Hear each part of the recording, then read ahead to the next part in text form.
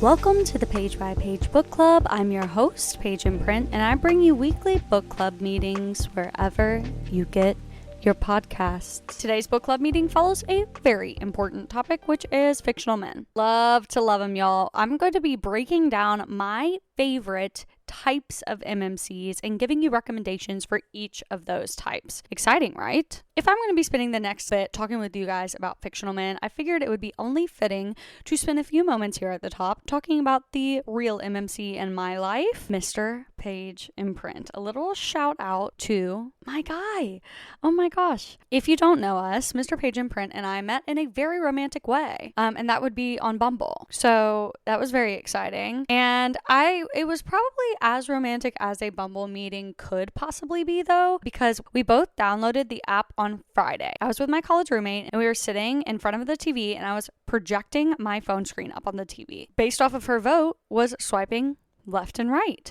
And I was being very, very particular that night. Like I was like, I'm not going to swipe right willy-nilly. We got to Mr. Page and Print's profile and I was like, I don't know. Not because he wasn't cute or anything, but because he didn't have a ton of information on himself. It was just his name, where he went to school, and like a few other things. And then of course, a ton of group photos. Not helpful. My roommate was like, no. He has great teeth. You should swipe right. So I did. So we matched on Saturday night. We both then deleted the app on Sunday night, went on our first date on Monday, and he's been mine ever since. He's my best friend in the whole wide world. He is the most supportive person I could ever ask for, specifically doing this type of work and being online. And so I'm so grateful for him. I just wanted at the top to take a quick moment to say thank you to Mr. Page in Print before I spent the next 45 hour talking about other men. So Mr. Page in Print, thank you for your service. I love you. Let's dive right in. And I'm going to preface this by saying this particular episode, I will not be covering fantasy men. We can do a separate episode for that if you want. But in my humble opinion, if you have one of these two things, if not both, you are disqualified from this conversation. 1, you've been alive for over a century. Hey, if you've been alive for over 100 years, you have had plenty of time to figure out how to treat women and be a good human being. It would be unfair for me to compare you to but human men. My second qualifying criteria does encompass Sir Zayden Ryerson, and that is if you have magical powers. With great power comes great responsibility, right? And I feel as though if you have a magical power, that automatically elevates you and makes you better than everyone else. And so for that reason, or for those two reasons, I will not be including fantasy men in today's breakdown of my favorite MMC types. We can do a whole other episode if there's a market for that. Holler in the comments, send me a message, whatever. But so if you're screaming at me, Rhysand, Kingfisher, like I hear you. You're not going to be seeing them today. Love them. I digress. In today's episode, we're going to be talking about 3.5 types of MMCs. And I've tried my best to get a good brief description of each of these. So I will tell you what they are, and then we'll dive into each of them individually. The main 3 MMC types that I will always eat up is 1, the broody possessive MMC. Next up is going to be the class clown with a past. The last of the big 3 is going to be strong and gentle. It is the true duality of man, if you will. Now, that extra half MMC type kind of falls in between the broody and possessive and the class clown with the past, and the only way I could describe it was reformed playboy, because the 3 characters I have in mind that fall under this category are all reformed playboys with a bit of a past. So maybe not even a bit of a past. We'll dive into it later, but that's my extra half point. Let's get right to it. Let's talk about the broody and possessive MMCs. These MMCs are the guys that are everything to everyone. They are relied upon. They are in charge of things and operations and people. And without them, things would simply fall apart. I will be explaining this further as I get into the actual examples. They're usually in charge of something, whether that be the foreman of a ranch, which is actually what most of these guys are, or they are a business owner or a single dad maybe. So they are in charge in some capacity and they have the weight of the world on their shoulders. I feel like those are the 3 defining elements of these broody, possessive MMC types. Another thing that actually I hadn't noticed until I was prepping for this episode is that a lot of these MMCs were scorned in the past, often by an ex. They had kind of a bad experience with relationships, and for that reason, they have decided that they are better off without one. Oftentimes, they are gentle or soft only for the FMC and or a child or animals in their life. And to me, with the children and animals things, like children and animals are good signs of character, yes? And being broody and possessive kind of could be off-putting. And so I feel like a lot of times these MMCs are written with something to soften their character a little bit, to make them a little bit more lovable. They are good men. And to me, they are very good other halves to very strong FMCs, very funny, large personality FMCs, which when I give you my examples, you will know exactly what I mean. So without further ado, some primetime examples of this broody, possessive MMC type is, and I know you've been screaming it since I started talking about it, Cade Eaton. Elsie Silver's heartless star of the show, Cade Eaton. He checks all of these boxes. He's a ranch foreman, so everyone relies on him. He has to be somebody to everybody. He is a single dad. He is tired. He is scorned. His ex-wife or the mother of his child is the worst. I forgot about that until I was prepping for this episode too. He is gentle with his son and with animals. Very well respected, a very good man, but he's broody and grumpy. And so going back to my example of these guys being a really good other half for strong FMCs, Willa Grant. Willa Grant would walk a man like a dog. In fact, she does. But I feel like a Willa Grant sort, the kind of woman who would walk a man like a dog, has to be met with this strong, possessive, in charge MMC. And notice these guys are not toxically masculine either. I am not thinking like stereotypical alpha. Pass. For me, we can have different opinions and still be friends, as I always say. But they're grumpy and possessive, but not overbearing. And I love that. So Cade is, to me, the star pupil of this type of character and the perfect example. Next, Wade Ashby, Training the Heart by Paisley Hope. Wade, in my opinion, and hear me when I say, is on par with, on the same level as, he is standing on the same ground and footing as Cade Eaton. Do you hear me? Yes, I mean that. With my full chest, Wade Ashby is that guy.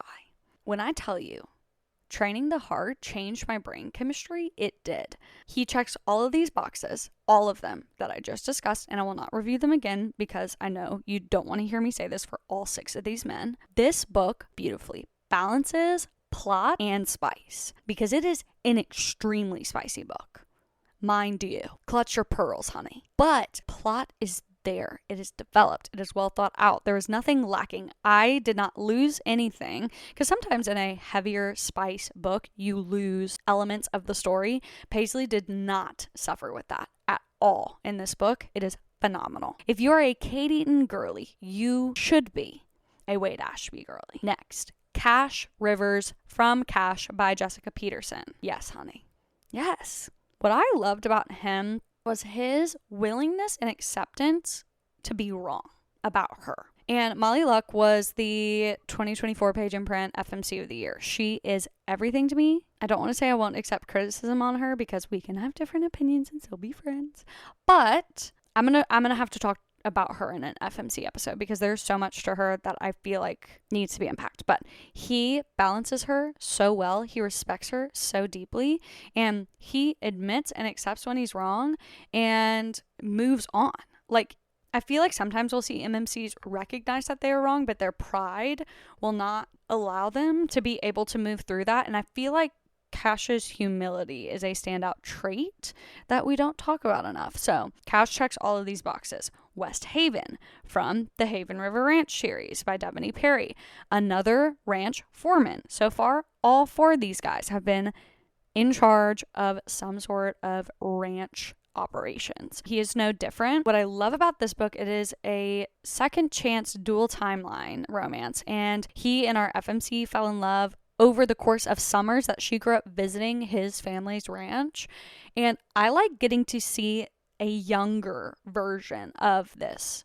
I like seeing a younger version of this broody type of MMC because we get to see him in his early teens, late teens, early 20s. And it is really, really fun to see how that character develops and how he becomes the grumpy, broody guy who has the weight of the world on his shoulders. Really, really love that one. It is a short and sweet read and is the first in the series if you want to dive into that. I do not have him on my list, but I don't know why I did not. And that is Kay Jennings' Rewriter Story by Kat Singleton, another dual timeline second chance.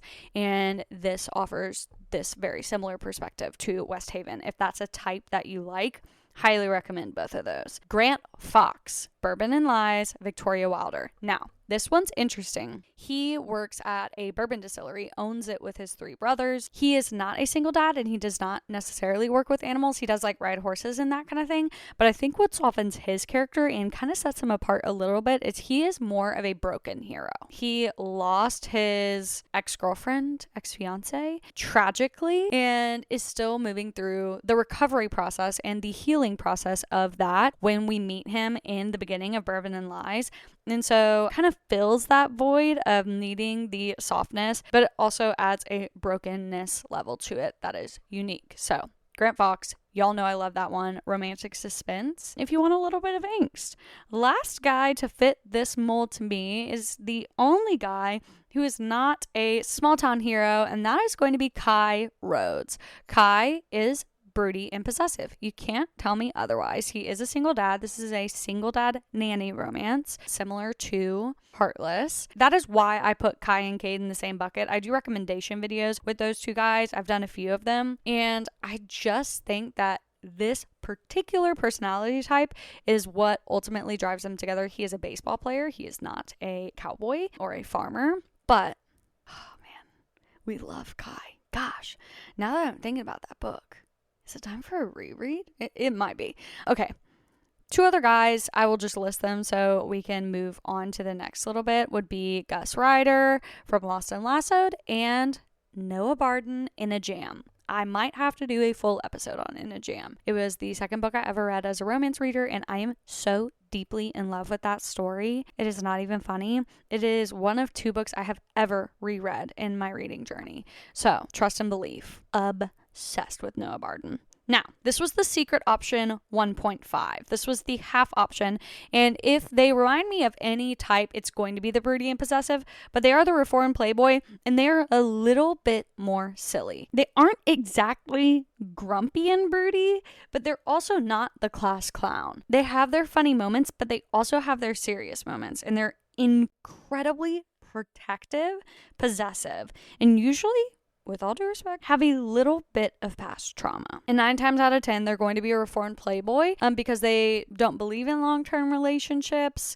or just have no interest in them. Primetime examples of these guys, I have 4, are going to be Camden Teller, Stand and Defend. If you have not read it, please do. If you end up liking Training the Heart, read Stand and Defend. If you've read Stand and Defend but haven't read Training the Heart, you should. These guys are very similar. However, Camden is a little less serious, a little less weight of the world on his shoulders, and just a little bit more. I don't want to say he needs to grow up because he doesn't. It's not that. Okay, all 4 of these guys to me give I can fix him, no really I can't. And I mean that with respect and love. Okay, so Camden falls under that. He is roommates with his ex-best friend's ex-fiance. So our FMC is dating Camden's childhood best friend. Turns out the childhood best friend sucks. So Camden's not friends with him anymore. And she's no longer engaged to him. So they are living together. It's like a safety issue too. So very possessive, very protective. Gets in a fight for her. Beautiful. Jackson Riley, Fall With Me, Becca Mack, same type beat dude. And his past affecting his present. I mean, same guy, different font. Callan Keene, On Lover's Lane. Callan Keene has earned himself a spot in my top MMCs of all time. Yes, he has. He is that good. You know what I love about him? And I don't want this to turn anyone off of this story because he is so strong, so attractive, very, very, very manly. So like, hear me when I say that. He cries, and I love that. Somebody check on her. Okay, yeah. No, he cries. And I don't know why, but a man willing to care enough to get emotional, give it to me now. Give it to me now. I will take all of them that you have. Okay? Callan Keen on Lover's Lane by Samantha Young. Lastly is going to be Bo Eaton from the Elsieverse, Chestnut Springs. I'm trying to include some of these more popular characters to kind of give you a litmus test for these characters. So Bo is another one of that. His past comes from his military experience and PTSD. That was your secret half option. I love those guys, but they don't fall into any of my 3 buckets. Cool? Next, class clown with the past. This is option number 2. And you know I love them. I talk about them online all the time. These are the funny guys. They are the jokesters, but it's all a facade. It's all a sleight of hand trick, if you will, to cover for the fact that they're truly, deeply sad or broken. Somebody check on me. Is she okay? Why is she okay? Nobody knows. Now that I'm saying it out loud, it's kind of concerning. I digress. They're funny to cover up their pain. And they're funny as a distraction and almost as a survival tool. Because if they're laughing at him, if they are perceiving him as funny or unserious, they won't dig too deep. Oh, the pain. I'm obsessed with this type of character. It is one of my favorites for a reason. I think it is hard to execute and isn't executed often, but when it is done, I absolutely love it. I have 4 examples for you. Theo Silva. Theo, mother, freaking Silva. Okay? Blueprint. I'm at a loss for words thinking about Theo Silva. Reckless. Elsie Silver. Bull rider. Turns out he's a dad, but didn't know. In my Big 5 episode, I really go into depth about what this story is about. But Theo is my favorite Elsie. Well, is he my favorite Elsie Silverman? There's a WWE SmackDown style fight for my favorite Elsie Silverman between Theo and Weston Belmont. If someone wants to book them for WrestleMania this year, they can. Fighting for my heart, if you will. But Theo is one of my favorite Elsie Silverman. It is neck and neck. I love his silliness, but I also love his ability to be serious, to lock in, to defend Winter. He is the perfect sunshine to her grumpy, the perfect golden retriever to her black cat. As many of you know, I am a big, big advocate for the sunshine trope, and I have no hate at all for the grumpy sunshine trope. I have no hate at all for the black cat golden retriever trope, but I absolutely adore, eat up every time the sunshine trope, and it doesn't happen often, which takes me into Gibbsy and Claire from Taming 7, Chloe Walsh. Gibbsy is another blueprint example of this type of MMC. His story is truly so devastating. If you have not read Taming 7 yet, hello, and you can do it on audio because they have Irish accents and it's so fun. Gibbsy is absolute perfection example of this. Next is Isaiah Rhodes, Windy City series, play along. He is funny, not taken too seriously, but it's all a guise. It's all a facade. Love, love, love Isaiah. Last but not least is Wyatt Rivers from Wyatt by Jessica Peterson. He is the most recent MMC I have found to fit this mold, and I absolutely ate this book up. Childhood best friends, fake dating. They have both loved each other forever, and she helped him move through the loss of his parents. And so I do think that that is such an incredible one for this. So now we get into the last type of MMC, which would arguably be my favorite type of MMC. And these are the strong and gentle MMCs. So they hold space for being extremely strong, in charge, taking care of business, while also having the ability and capacity to be soft and gentle. So the difference between these MMCs to me and the broody and possessive types is going to be lack of grump. And they have a bit more silliness to them. Like, I would never call Kate Eaton silly, but I would call Weston Belmont silly. You see what I'm saying? So these are my favorites. They remind me most of my husband. Shout out Mr. Page and Print. I'm gonna love a man that reminds me of my husband, okay? So despite the respect that these guys demand and the strength that they hold, they are gentle and extremely emotionally intelligent. Ding, ding, ding, ding, ding. Hot. Emotional intelligence is hot. Breaking news. And I really would say that these guys are made to be dads. A lot of them are dads or the MMCs to a single mom. These characters fall into the father role really, really well. Some of them are not, but most of them are. So yes, they're either a single dad or a bonus dad. So I already mentioned him, Weston Belmont. Such a perfect example of this character. It's not the class clown type. He probably was a funny guy in high school. Like, I'm thinking about the high school archetypes, but also a little bit more serious, a little bit more locked in, a little bit more in charge. It's the perfect blend of our first two types. Jet Ellison, Despite It All by Molly Goins, absolutely fits this perfectly. Another secret baby due to a one-night stand on vacation where they didn't have each other's last names and couldn't find each other after. It was not on purpose. He steps into his role as a father so beautifully. Another example of this is going to be Barrett from In the Game, Sloan St. James. These two stories mirror each other very well. They're extremely unique, but the premise of that secret baby can't find each other, can't contact each other is very similar. Reckless too, Theo Silva. Now let's do a non-dad. The rest of these are single dads, so I do want to take a moment to shout out Johnny Kavanaugh. Johnny! Yes, Johnny, like, completely and totally falls under this category for me. He does. Like, if you have not read Binding and Keeping 13, if you've not read Boys of Tommen, if you're putting off Boys of Tommen because you're like, it's about high schoolers, I don't know. Hear me out. Just read it. It is heavy. Check your trigger warnings. This is not a fluffy romance. The audios are great. Again, as I mentioned, the narrators do have Irish accents, which is really, really fun. But if you like having your heart ripped out, if you like crying, if the only thing that is putting you off from these books is that they are in high school, give it a try. You can DNF. DNFing is always on the table. But that is what kept me from reading it for so long, and I deeply, deeply, deeply regret putting it off. So please, read Boys of Tommen. Johnny Kavanaugh, he's a special man. Lincoln Fox, Bourbon and Secrets. Victoria Wilder. How often do you get a morally gray golden retriever? Dare I say rarely to never? He is utter perfection. I'm essentially just listing my top 5 MMCs of all time at the moment, actually, which that checks. But Lincoln, he toes the line so perfectly. He's a girl dad. He's sweet. He's funny, but he is so in charge. The man's so in charge. And last but not least, my favorite MMC of all time, Everett Ramos, Wicked and Wildflower by Sarah A. Bailey. He is a reformed playboy, and he steps into the role of a father figure for our FMC's Dahlia's daughter, who is a Swiftie, mind you, as she should be. Just felt like that was important. But Everett is everything I could ever want in an MMC. The way he shows up, his emotional intelligence, his patience, his kindness, and his strength. We see? Yeah.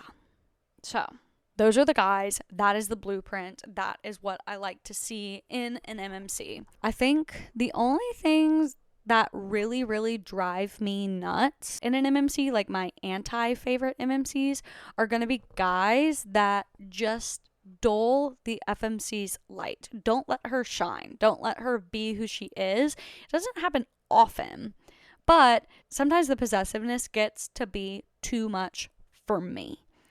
Like, I do love a grump and I do love a possessive MMC, but sometimes, man, I'm like, I would literally like punch you in the face. Like, oh my gosh, get away from me with that. Sometimes if an MMC is too grumpy, and that ends up becoming the only adjective you could possibly use to describe him. Does that make sense? Like, sometimes grumpy isn't enough. But yeah, that's the only MMC type that I can really think of off the top of my head that I'm like, no. So anyway, what is your favorite type of MMC? Let me know in the comments, and I'll see you in the next one.